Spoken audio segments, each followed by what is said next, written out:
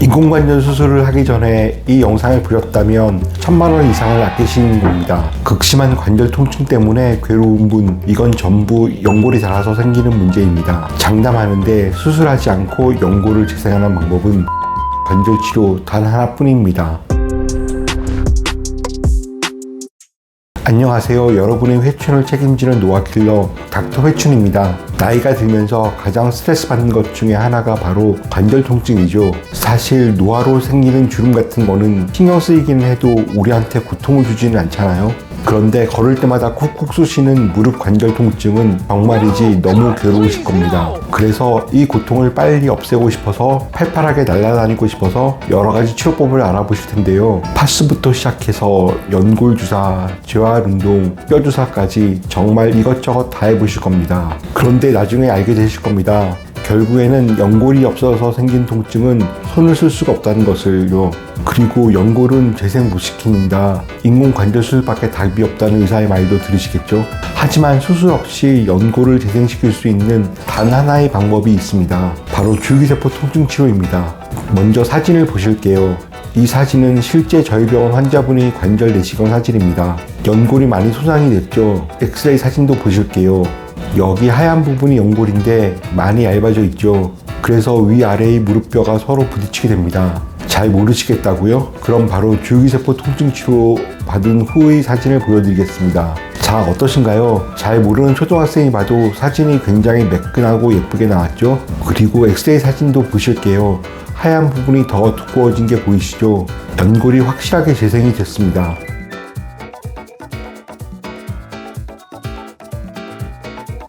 저 원장님 죄송하지만 지금 거짓말 하신 것 같은데요? 연골 재생술이라는 수술이 있는 걸로 알고 있습니다. 줄기세포 통증 치료가 유일한 연골 재생 치료라는 거는 거짓말 아닌가요? 혹시 알아보신 재생술이 카티스템 연골 재생술이랑 골수 자극 수술인가요? 아, 네, 맞습니다.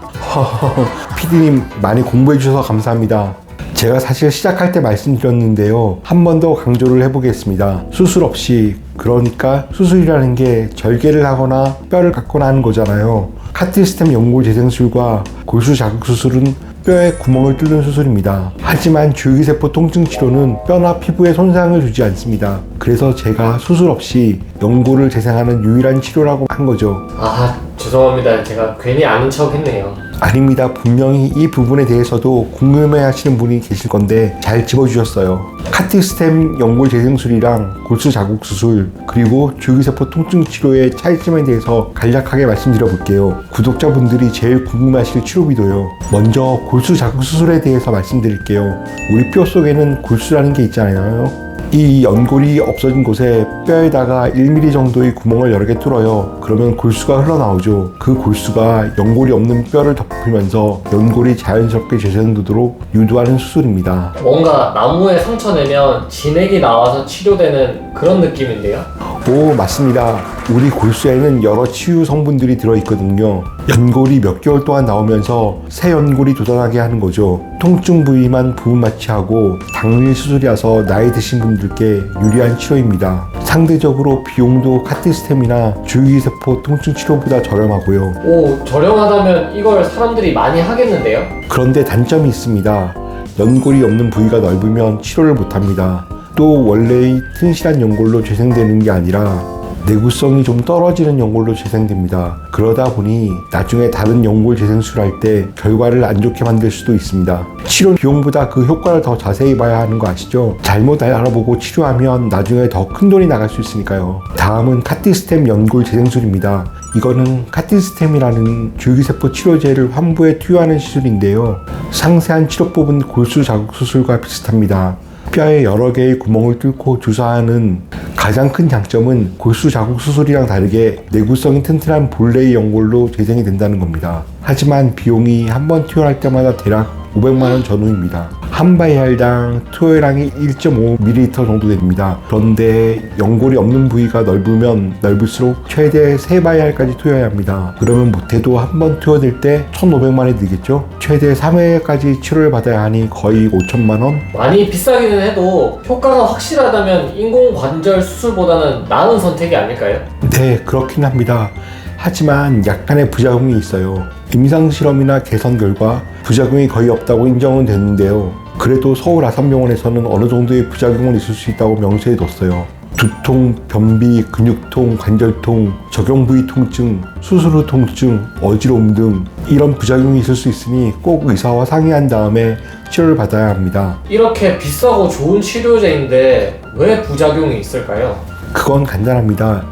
이전 영상에서도 잠깐 말씀드린 적이 있는데요. 어찌됐건 내 몸에서 만들어진 줄기세포가 아니니까 다른 이물질이 내 몸속에 들어오는 거니까 내 몸이 받아들이려면 적응 시간이 필요한데 그때 발생하는 부작용이죠. 마지막으로 줄기세포 통증 치료입니다.